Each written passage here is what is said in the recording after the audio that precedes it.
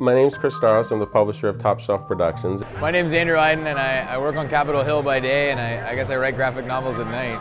Congressman John Lewis is here in Georgia. Top Shelf is here in Georgia, or half of us are here in Georgia, you know.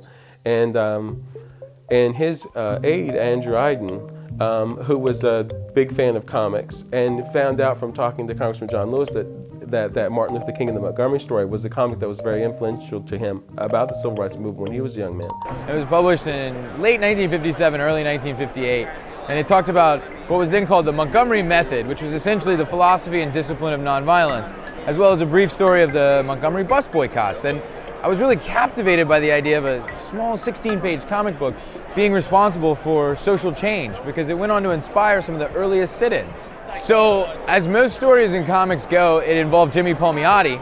I was at DragonCon in 2010? No, 2009. It was right after Marvel got bought by Disney. And Congressman Lewis, bless his heart, actually came to DragonCon for a little bit, and we were having lunch in the Hyatt.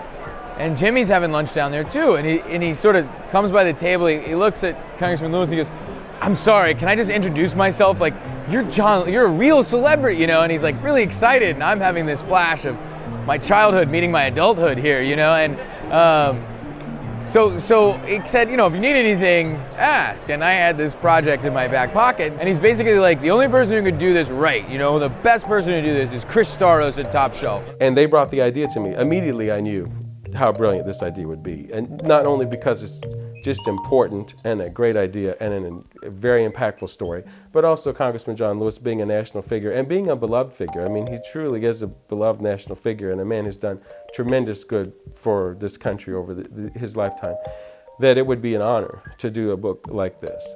And he's like, "Oh, I'm interested. Well, why don't we meet and talk about it?" And so I go to Mocha Fest, you know, in New York, spring of 2010. And I just pitch him literally across the table. Everybody's like, comic book fan dream. Like, I'm gonna go with my great idea. It's so awesome that he's gonna say, I'll publish it right then and there, you know?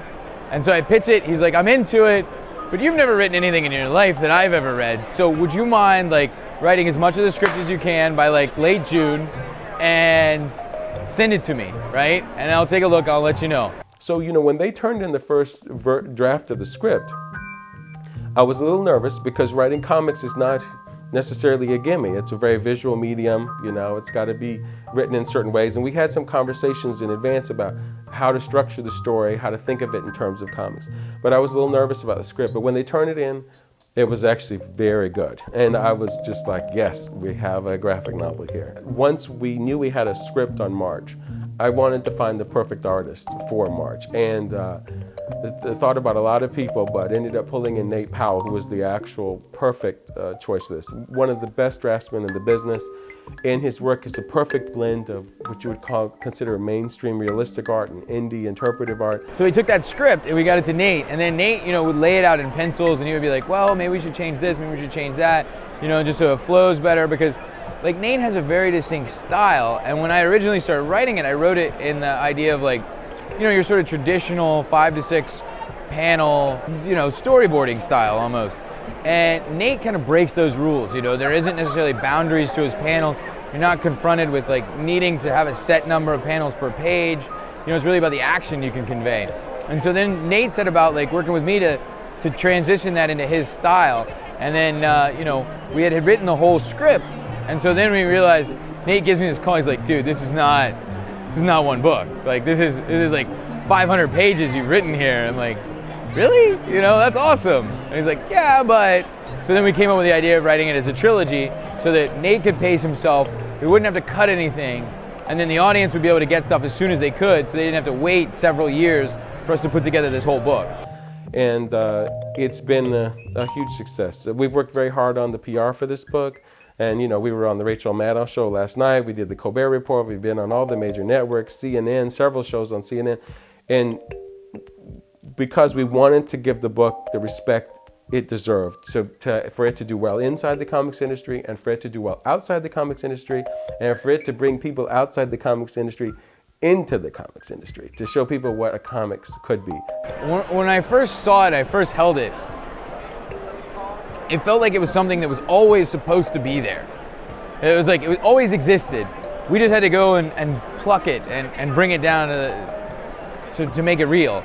And then when I showed it to the congressman for the first time, he started crying a little bit, and then he kissed it.